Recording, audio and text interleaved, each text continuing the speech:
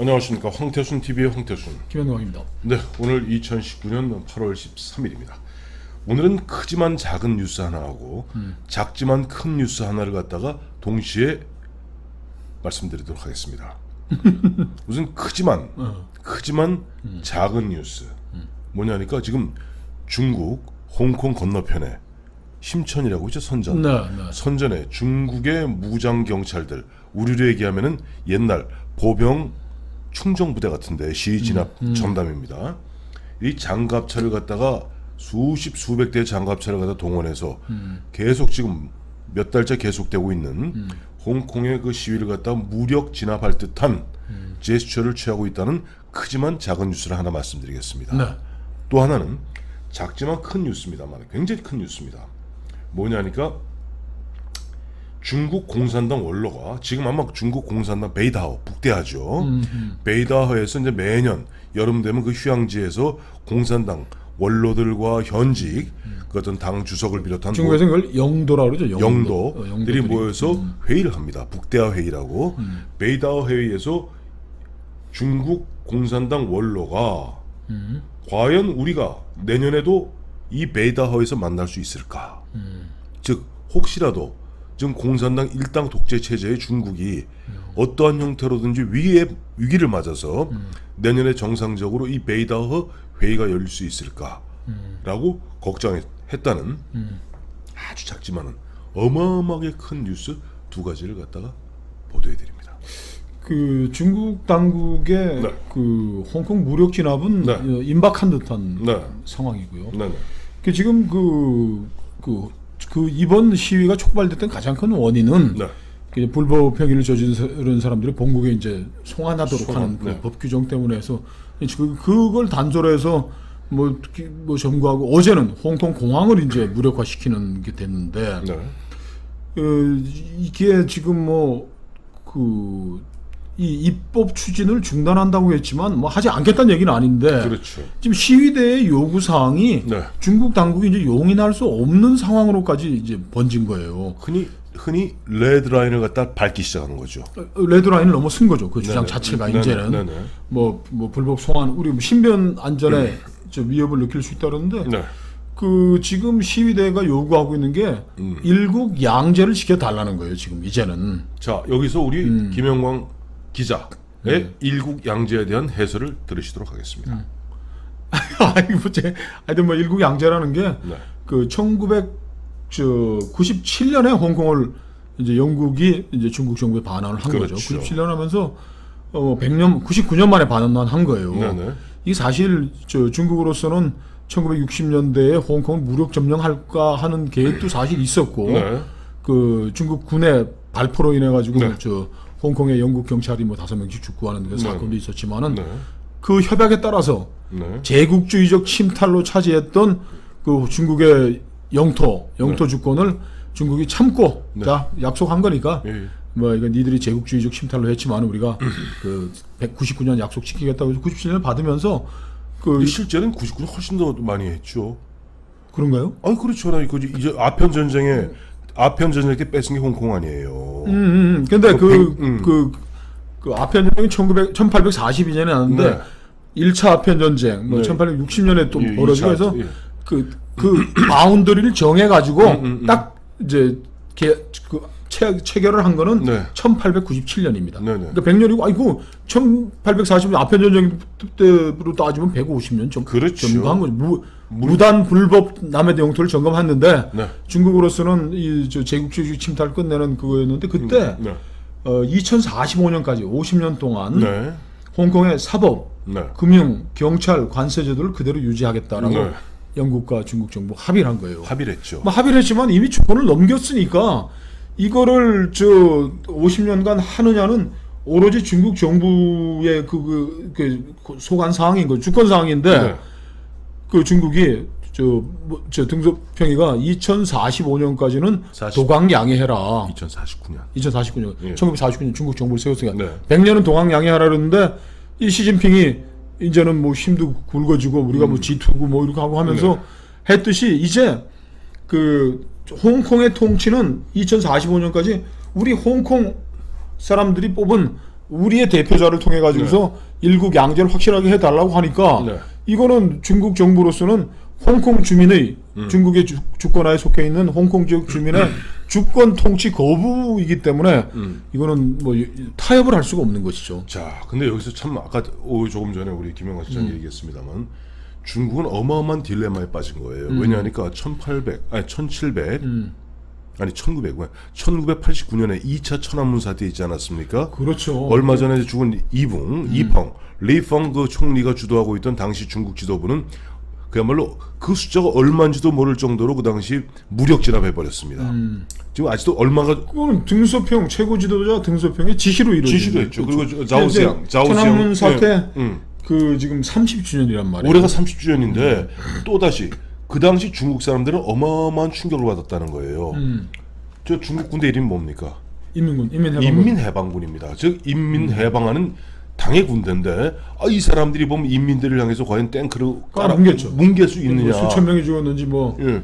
수만 명이 죽었는지 알 아직도 수도 없는데 문제는 30년이 지난 이 시점에서 홍콩이 이런 식으로 우리에게 독립을 달라 사실상 독립을 달라 하고 반기를 드는데 놔두자니 그야말로 이것이 불길같이 여기저기 번질 수가 있는 것이고 이것을 갖다 흔한 얘기로 탱크를 동원해서 깔아버리자니 이건 또 당장은 그런 또 2차 천안문 사태 같은 역풍도 역풍이지만 홍콩이 세계적인 금융도시 아니에요. 그렇죠. 금융도시죠. 그리고 중국의 개혁 개방이 1980년 네. 그 무렵 시작될 때 그 심수 그때는 심수라 그러는데 지금은 심천이에요. 심천이라고 심천 그러죠. 뭐 주해 그다음에 광주 이게 다 홍콩 마카오 옆에 붙어 있고 네. 거기를 중심으로 해가지고 그 중국이 대만의 돈도 빨아들이고 뭐 홍콩 돈도 빨아들이고 해서 홍콩 돈이죠. 전 세계 자본이 화교 자본들을 그렇죠. 이제 끌어들였는데 네. 그 홍콩의 금융이 무너지면은 네. 이제 이건 뭐 이제 한국에 오면 좋을 텐데 뭐 싱가포르나 이런 가까운 지역으로 넘어가겠죠. 근데 이제 보면 홍콩이 만약에 흔들리게 되었을 이제 홍콩을 놓고 좀 어마어마하게 지금 중국 지도 시진핑 지도부도 골머리를 썩고 있는데 중국 사람들이 아까도 그 원로가 얘기했던 게 그거 아니에요? 10가지 항목을 들면서 그 공개 서한에서 홍콩 문제, 중국 경제 성장의 하강 문제, 저장 적자 외채 문제, 그 다음에 보면 또 하나 문제가 미중 문제, 다음에 하나가 뭐냐? 시장, 이제 티베트 얘기죠. 신장 위구르, 티베트 이런 자치구들의 어떤 분리돼, 독립, 가능성 이런 것까지 걱정했다는 거예요. 근데 마침 최근에 보니까 희한한 게 트럼프 대통령은 시진핑 중국과 싸우면서 의도적으로 대만하고 다시 원상 예전의 관계로 돌아가려는 어떻게 보면 대만이란 지렛대를 통해서 중국을 흔드는 그런 모습을 취하고 있으니 참 시진핑 주석도 홍콩 문제를 놓고 이러지도 저러지도 못할 것 같아요. 그러니 중국이 갖고 있는 가장 큰 내부적인 모순이 민주화인 거죠. 이 민주화가 안 된 이거 권위주의. 네. 뭐 미국 기준하면 어소리테리안 가버먼트란 말이에요. 그렇죠. 토탈리테리안하고도 뭐 할 수도 있겠지만은 이건 우리 한국, 일본, 미국과 같은 민주주의 국가가 아니에요. 여기는 그렇죠. 전체주의 국가인 거죠. 독재 국가. 일당 독재 국가. 일당 독재 국가이기 네. 때문에 네. 언젠가는 그 경제적인 성장이 이루어지면은 중산층을 중심으로 정치 참여, 네. 민주화, 네. 뭐 분권의 요구들이 이제 폭발할 것인데 이 홍콩 시위가 이를 잠재우지 못한다면은 네. 신장 위구르, 네. 그 다음에 티베트의 이 분리 독립 운동이라는 거 이제 걷잡을수 번질 것이고, 그렇죠. 중국 내부적으로도 네. 홍콩 연안에 있는 뭐 심천이라든지 네. 상해 지역 이런 데 있어요. 민주화 요구라는 것이 언제 불길처럼 타오를 수 모르고 있는 큰 잠재적 모순이기 때문에 네. 미국이 또 이걸 또 이용하고 있다. 중국 그걸 의심을 하고 대만을 통해 군부를 떼는 것 같아요. 그러니까 이거를 네. 하지 않을 수가 없는. 지금 그 신장 위구르하고 티베트 지역에서의 지금 그 중국의 강압 통치라고 말도 뭐 수십만 명, 수백만 명을 그렇죠. 지금 감시하에 놓고 탄압하고 하는데 여기에 화웨이도 껴 있는 겁니다. 그게 무슨 말이에요? 화웨이에 전화기, 통신기기, 뭐 CCTV 이런 것들에 있는 네. 그 모든 정보들이 네. 채집돼서 곧바로 중국의 공안 당국으로 베이징으로 보내진다는 거 아닙니까? 그래서 미국이 반화웨이 전선을 하는 것 중에 가장 큰 이유 중에 하나도 네.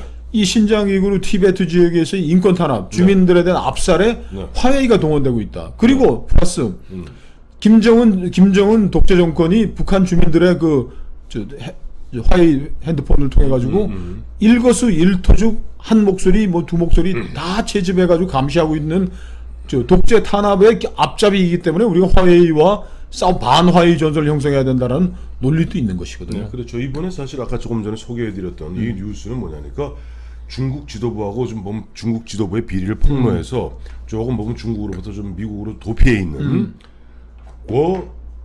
고원구이라는 부동산 아주 재벌이에요. 이 양반이 그 정보망이 있지 않겠어요? 이 양반이 이야기하면서 그 원로, 이 원로는 2012년에 제18기 중국 전국인민대표대회 즉 전인대에서도 결정적 역할을 했던 원로다. 이름은 밝히진 않았어요. 근데 이 원로가 10개 항목을 갖다가 시진핑 당 지도부한테 영도들한테 물었다는 거예요.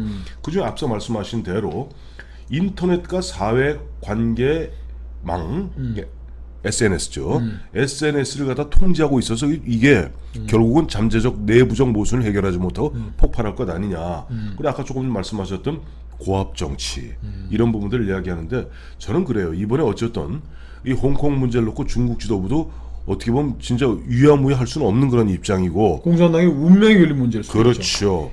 그렇다면은 그 운명에 걸린 문제에서 뭔가 변화가 있을 때 이것은 어떻게 보면은 홍콩이라는 게 전 세계적으로 런던 금융시장 이쪽에는 저 홍콩 금융시장 아닙니까? 세계 자본이 몰리는 곳인데 이런 어떤 큰 변화는 어떻게 보면은 잘만 하면 대한민국에는 또다시 한번 제2의 점핑을 할 수 있는 천재 1후의 기회가 될 수 있는데 가능할까요?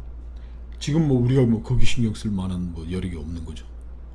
우리 정부가 문재인 정부가 지금 정은이 뭐 키워야 되니까. 네. 이 지금 그 아까 말씀하신 2012년 제18기 중국 네. 전인대에서의 가장 큰 그 숙제 업무는 뭐였냐면은 그 중국 공기업 개혁이었던 거예요. 지금 우리나라는 가계부채가 그 경제의 가장 큰 내관이고 네.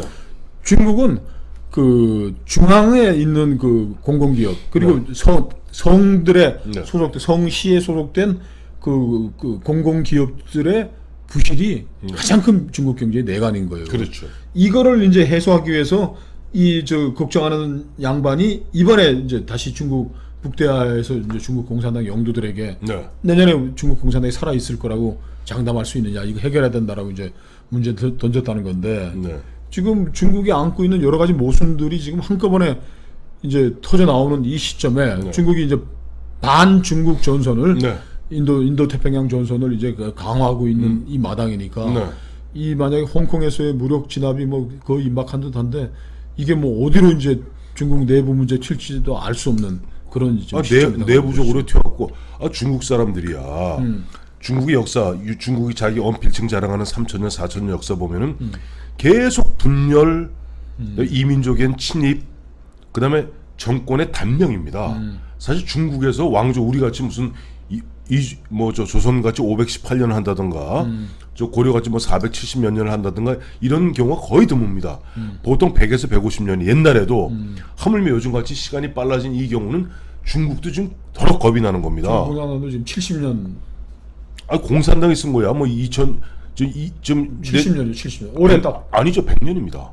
공산당이 쓴 거는. 공산당은 100년인가? 나라가 쓴 게 70년이죠. 나라 생긴 지가 70년인데 옛날 기간으로 하면 100년 넘었다고 봐도 뭐 150년 간 거예요. 그러니까 중국도 더러 겁이 나는 거고. 이 원로가 내년에 우리가 중국 공산당이 베이다에서 만날 수 있을까라는 것도 중국의 고민을 정말 가장 극적으로 보여주는 표현이네요. 그렇죠. 아까 이제 고원구이는 그 원로 이름 밝히지 않았습니다만은 아까 2012년 제18기 중국 전인대에서 앞서 우리 말씀하신 대로 중국의 공기업 문제를 해결했다 걱정했다면 경제 전문가겠죠. 그렇죠. 그렇다면 저는 두 사람으로 압축된다고 누굽니까? 봅니다. 한 사람 두룽지 전 총리. 원래 그 양반은 경제통입니다. 그렇죠. 그다음에 원자바오. 뭐 그런 사람이 혹시 아닐까 짐작해 봅니다. 그렇겠네요. 네.